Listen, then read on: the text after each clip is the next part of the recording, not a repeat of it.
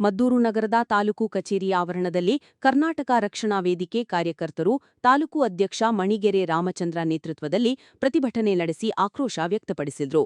ತಾಲೂಕು ಕಚೇರಿಯಲ್ಲಿ ಎಸ್ಡಿಎ ಸಿಬ್ಬಂದಿ ಸ್ಮಿತಾ ಕರ್ತವ್ಯ ಲೋಪ ಎಸಗಿದ್ದು, ಕೂಡಲೇ ಅವರನ್ನು ವಜಾಗೊಳಿಸಿ ಹಾಗೂ ತಾಲೂಕು ಕಚೇರಿಯಲ್ಲಿ ಯಾವುದೇ ಕೆಲಸ ಕಾರ್ಯಗಳು ಸರಿಯಾದ ಸಮಯಕ್ಕೆ ಆಗುತ್ತಿಲ್ಲ.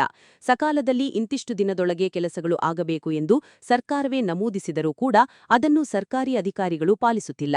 ಇದರ ಬಗ್ಗೆ ಶಿಸ್ತು ಕ್ರಮ ಕೈಗೊಳ್ಳದಿದ್ದರೆ ಮುಂದಿನ ದಿನಗಳಲ್ಲಿ ಉಗ್ರ ಹೋರಾಟವನ್ನು ಸಂಘಟನೆಯಿಂದ ಮಾಡಬೇಕಾಗುತ್ತದೆ ಎಂದು ಎಚ್ಚರಿಕೆ ನೀಡಿದರು.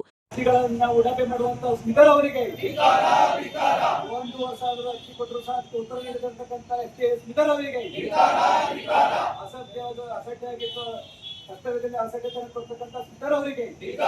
ಬಳಿಕ ಗ್ರೇಡ್ 2 ತಹಸೀಲ್ದಾರ್ ಸೋಮಶೇಖರ್ ಅವರಿಗೆ ಮನವಿ ಸಲ್ಲಿಸಿ ಕೂಡಲೇ ಸಿಬ್ಬಂದಿಗಳಿಗೆ ತಮ್ಮ ತಪ್ಪುಗಳನ್ನು ಸರಿಪಡಿಸಿಕೊಳ್ಳುವಂತೆ ತಿಳಿಯಲಿ ಎಂದು ಎಚ್ಚರಿಕೆ ನೀಡಿದರು. ಯಾಕೆ ಈಗ ಅವ್ರ ಅಧಿಕಾರಿ ಅವರಲ್ವಾ, ಯಾಕೆ ತಪ್ಪು ಮಾಡಿದ್ರು ಅಂತ ಕೇಳ್ಕೊಳ್ತೀನಿ. ಯಾಕೆ ಈಗ 1 ವರ್ಷ ಆಗತ್ತೆ, ಅವ್ರ ಜೀವನ ಏನಾಗಬೇಕು?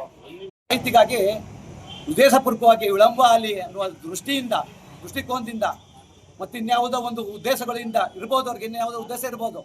ಆ ಉದ್ದೇಶದಿಂದ ಏನು ಮಾಡ್ತಾರೆ ಅವರು, ಆ ಅರ್ಜಿಯನ್ನು ಮಾನ್ಯ ಜಿಲ್ಲಾಧಿಕಾರಿಗಳು ಹಾಕ್ತಾರೆ.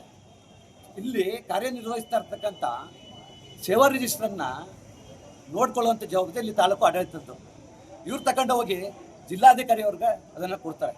ಇಲ್ಲಿ 1 ವರ್ಷ ಅದನ್ನು ವಿಲೆಯಾಗಿ ಇಡ್ತಾರೆ, ಯಾವುದೇ ಉತ್ತರವನ್ನು ಕೊಟ್ಟಿಲ್ಲ. ಕಾನೂನುಬದ್ಧವಾಗಿರ್ತಕ್ಕಂಥ ಈ ಒಂದು ನಮ್ಮ ಬೇಡಿಕೆಯನ್ನು ಈಡೇರಿಸಬೇಕು. ಇಲ್ಲಾಂದರೆ ಕರ್ನಾಟಕ ರಕ್ಷಣಾ ವೇದಿಕೆ ಮುಂದಿನ ದಿನಗಳಲ್ಲಿ ಉಗ್ರವಾದಂಥ ಒಂದು ಹೋರಾಟವನ್ನು ಮಾಡಬೇಕಾಯ್ತು ಅಂತ ನಾನು ಮಾನ್ಯ ತಹಸೀಲ್ದಾರ್ ಅವರಿಗೆ ಎಚ್ಚರಿಕೆಯನ್ನು ನೀಡ್ತೀನಿ. ಹಾಗೆ ಕರ್ತವ್ಯ ಲೋಪವನ್ನು ಮಾಡಿರ್ತಕ್ಕಂಥ ಮಿತವರನ್ನು ಕೂಡಲೇ ವಜಾ ಮಾಡಬೇಕು, ಸಮರ್ಥರನ್ನು ಆ ಜಾಗಕ್ಕೆ ತಂದು ಕುಣಿಸ್ಬೇಕು. ಆ ಅರ್ಜಿಯಲ್ಲಿ ನನ್ನ ಮಗನನ್ನು ಸೇವಾ ರಿಜಿಸ್ಟ್ರಿಗೆ ಸೇರಿಸಿ ಅಂತ ಅವರು ಅರ್ಜಿ ಕೊಟ್ಟರೆ ಇವರು. ಈ ವೇಳೆ ರಕ್ಷಣಾ ವೇದಿಕೆಯ 100 ಕಾರ್ಯಕರ್ತರು ಪ್ರತಿಭಟನೆಯಲ್ಲಿ ಭಾಗವಹಿಸಿದರು.